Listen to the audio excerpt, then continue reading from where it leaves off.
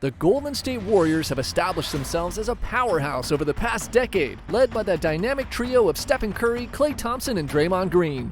However, as time progresses, every successful team must introduce fresh talent and adapt to evolving circumstances to keep their championship aspirations alive. This season, while the Warriors have returned to form, they've also significantly benefited from the contributions of several underrated players who have dramatically influenced the team's trajectory.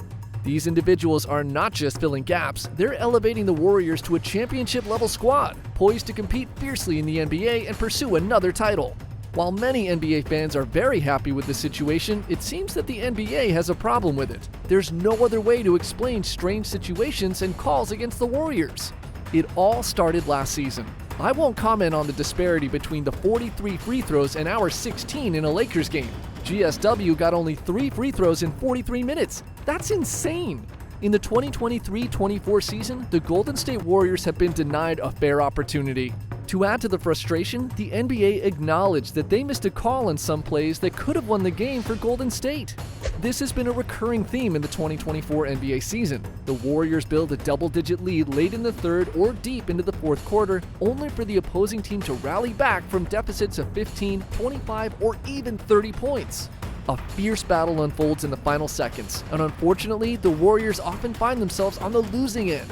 One theory is that referees might subconsciously hold a bias against dominant teams like the Warriors.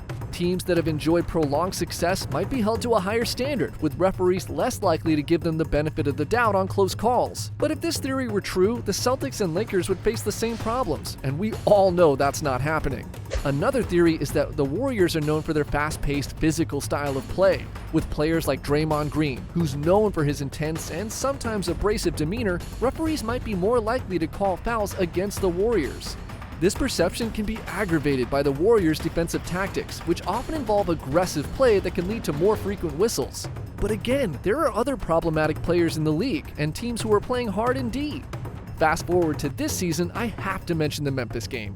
Steve Kerr confronted a referee after the game to express his frustration over the questionable officiating that allowed the Grizzlies to re-enter the game, despite the Warriors having already pulled their starters. The Warriors launched a 24-point lead on the Grizzlies, sending their starters to rest early. The Grizzlies understood the importance of point differential in these in-season matchups, but given their injury struggles, it's doubtful they'll make any significant progress in the tournament.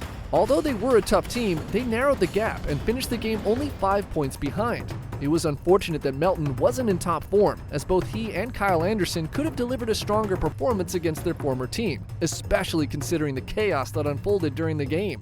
The unconventional offense employed by the Grizzlies involved players on the perimeter rotating in sync whenever one of them made a cut toward the basket.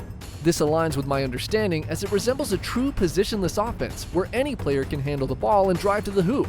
However, this level of freedom isn't exclusive to the Grizzlies. The Warriors have been executing a similar strategy. Nonetheless, the rotation introduced by Taylor Jenkins appears to be distinctly Memphis.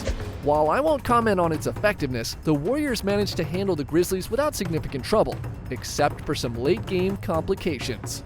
It was somewhat unclear what transpired, but Draymond Green received a technical foul, leading to his ejection from the game.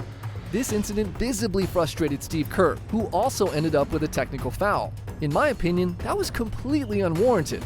If there was ever a game influenced by an agenda, it was the one against the Grizzlies, where Memphis had 33 free throw attempts compared to the Warriors' 25, despite enduring numerous no-calls. Steph Curry managed to sink a three-pointer, only to be literally trampled by a defender, while the officials seemed to overlook the situation entirely. It's understandable that the Grizzlies harbor a strong dislike for Golden State, but the blatant bias from the referees is hard to ignore. They've made questionable calls, ejecting Warriors players and penalizing the coach, even when the Warriors are the ones dealing with injuries and falling to the ground due to the opposing team's actions. Despite facing a significant disadvantage, the Warriors secured another victory against a team that the Lakers barely defeated thanks to free throws. The Warriors have kicked off the season with an impressive record. They currently sit behind the Oklahoma City Thunder and Houston Rockets in the Western Conference. In the in-season tournament, the Warriors are leading Group C. This season's primary concern is on defense. Steph Curry isn't particularly strong defensively, and that could jeopardize the Warriors' perimeter defense. The team already boasts significant offensive talent in the starting unit, and that will not be a problem. However, if Moody can enhance his defensive skills and passing, something he tends to improve with increased playing time, he could become a valuable asset in the starting lineup. It's important to note that both his and Kuminga's growth has been hindered by Kerr's decisions. Currently, it appears that Kerr is cautious about repeating past mistakes with players like Pippen. Nevertheless, the promotion of these two seems to be influenced more by strategic considerations than pure talent. Still, they're not getting any respect from the refs. The Warriors have effectively utilized a deep rotation so far, currently ranking 5th in offense and 4th in defense. They are the only team this season to be in the top 5 for both categories, which has contributed to their impressive 11-3 start, the best record in the Western Conference. This marks the 7th time in franchise history that they've begun a season with an 11-3 record or better. Historically, in the previous 6 instances, every time they achieved this, they advanced to the NBA Finals. If the Golden State Warriors secure another championship, Steph Curry will undeniably enter the conversation for the greatest of all time alongside LeBron James and Michael Jordan. When discussing the greatest shooter ever and a generational talent who's transformed the game, Curry's name is at the forefront. He's already recognized as a top 10 player in history, and his skill set places him among the all-time greats in that regard as well. Considering the changes in his team, with Kevin Durant and Klay Thompson no longer present, it's impressive to think about how this current group can come together to achieve another championship victory. I have faith in this Golden State team. They look impressive. Initially, I doubted they could return to being a top 5 defensive team in the league, a status they held consistently during their championship runs. Despite their small lineups and some solid new additions, much of the core remains the same as in recent years. It's rare for teams to elevate their performance to that level again. However, the key to their success has been Steve Kerr's ability to utilize a deep rotation. Their defense is remarkable, aggressive, quick, adaptable, and well-coordinated. They look energized, and it's impressive to see them leading the Western Conference, with no player, including Steph Curry, exceeding 29 minutes on the court. The driving force behind their impressive start this year is Steph, who appears to be on a mission for revenge.